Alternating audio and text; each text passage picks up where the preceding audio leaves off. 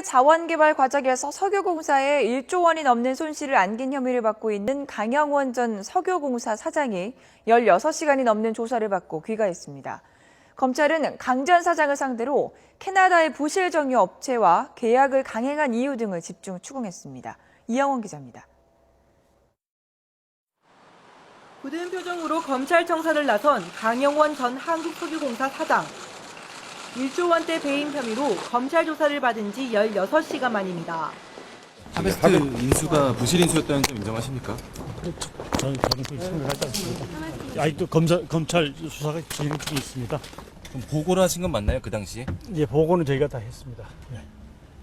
검찰 조사의 핵심은 지난 2009년 석유공사가 추진한 유전개발 업체 인수 과정입니다. 당시 캐나다 하베스트사는 유전개발 회사뿐 아니라 정유 부분 자회사인 날의 인수까지 요구하면서 협상이 결렬됐습니다.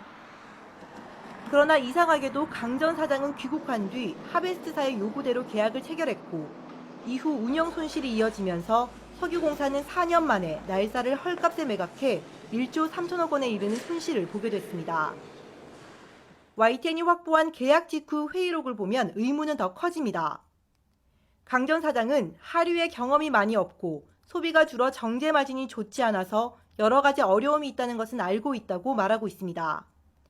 이미 계약 당시부터 수익을 올리기 어려운 상황이었다는 것을 알았던 셈입니다. 검찰은 강 전 사장을 상대로 수익 악화가 예상되는데도 인수를 추진한 배경을 집중 추궁했습니다. 강 전 사장은 이에 대해 당시 해외 자원 확보를 위해 필요한 인수였다며 다른 의도나 이유는 없었다며 혐의를 부인한 것으로 전해졌습니다. 그러나 검찰은 인수 협상 결렬 이후 석유공사 내에서 콜롬비아 업체를 대안으로 제시했지만 강 전 사장의 요구로 하베스트사와의 계약이 강행됐다는 관련자 진술을 확보했습니다. 이에 따라 검찰은 강 전 사장에 대해 보강 조사를 벌인 뒤 지식경제부 등 정책 결정권자들이 석유공사의 부실 인수 결정에 관여했는지 등도 수사할 방침입니다. YTN 이영원입니다.